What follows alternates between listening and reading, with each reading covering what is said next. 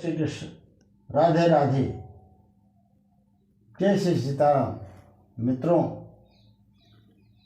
आशा है आप खुश और आनंद से होंगे सपरिवार।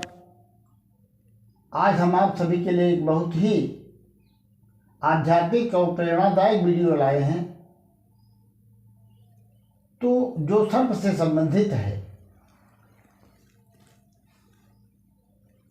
सर्प कितने वर्षों तक बदला लेता है, आज हम आपको बताएंगे। अच्छा बताओ, सोने चांदी हीरे मोती से जड़े हुए गहने आभूषण सभी पहनते हैं,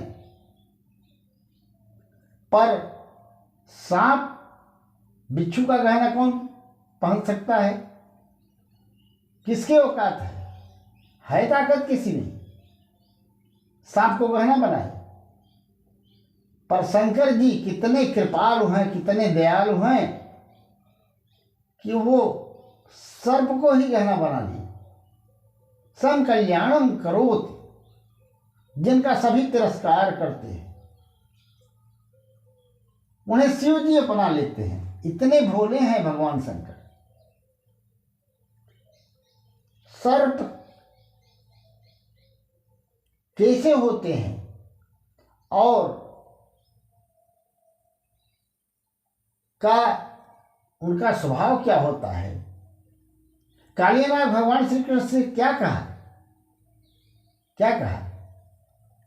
वयम खलाः सद्योतपत्या तामसा विद्यमत्यव मन्यवः स्वभाव दुस्तजो नाथ लोकानां यद सद्ग्रह। वयम खलाः, हम जन्म से खल हैं। दो तरह के खल होते हैं। कुछ तो सत्संग पाकर के सज्जन बन जाते हैं और दुष्टों का संग पा करके खल हो जाते हैं, दुष्ट हो जाते हैं। पर सांप, वो बोला मैं तो जन्म से दुष्ट हूं। राजा परीक्षित को जब तक्षक ने डसा था, अब आप ध्यान दीजिए कि सांप कितने वर्षों तक, कितने जन्मों तक बदला लेता है। जिस ब्राह्मण ने परीक्षित जन्मेजय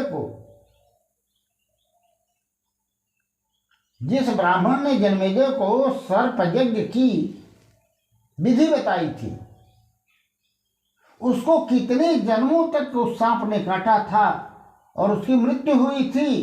वह काटता रहा सांप के काटने से और उसकी मृत्यु होती रही। कलयुग तक यह क्रम चलता रहा।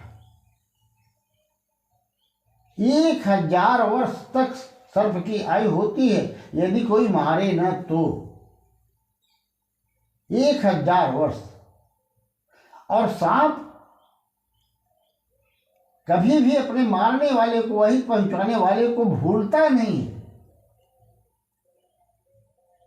उसकी आंखों में फीड हो जाता है किसने ही मारा है, और अगले जन्म में कहाँ है उसको भी खोज करके वो बदला लेता है। सबका स्वभाव। और कलयुग में वह ब्राह्मण भी जानता था, वह शास्त्रज्ञ था, ज्ञानी था। रामानंद महाराज के पास काशी में पहुंचा और उनको बताया पूरी दास्तान कि अच्छा तुम यहीं पर रुको। रामानंद जी ने कहा जब वो सर्प आएगा तो देखेंगे। वह सर्प आया और डसने को हुआ तो रामानंद जी ने कहा, शंख बजाया अपना और कहा कि तुम इतना जघन्य पाप कर रहे हो। पहले कितना पाप किया कि सर्प की योनि पाई, सर्प बने, और अब भी नहीं बंद कर रहे हो, तो बताओ तुम्हारी क्या गति होगी। सर्प कांपने लगा।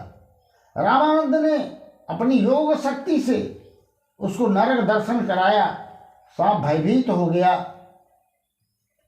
और उनके शरण में हो गया। पुनः उन्होंने शंख बजा करके और उसको मुक्त कर दिया पापों से और कहा नागलोक को चले जाओ और नागलोक को जा करके नागों को चेला बनाओ, शरीर छूटेगा तो तुम्हारी मुक्ति हो जाएगी। ऐसे सर्पों के बारे में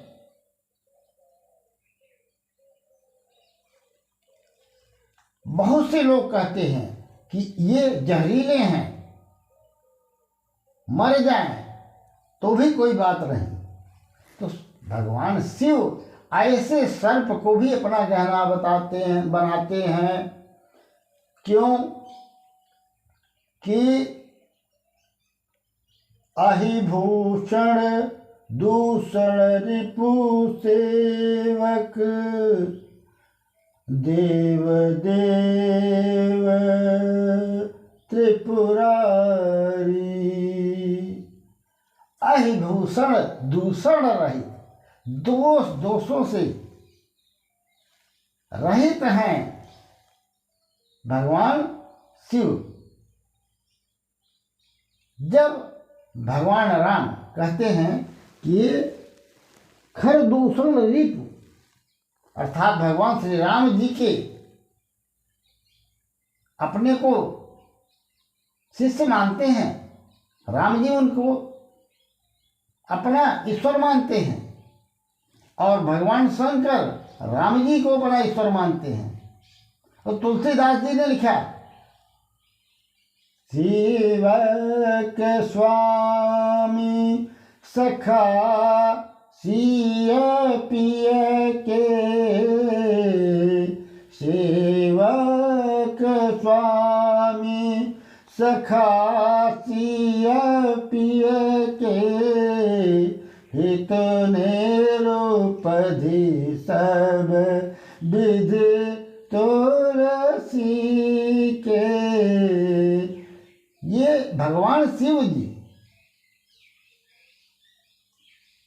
सेवक, स्वामी और सखा तीनों संबंध है भगवान राम का इनके साथ।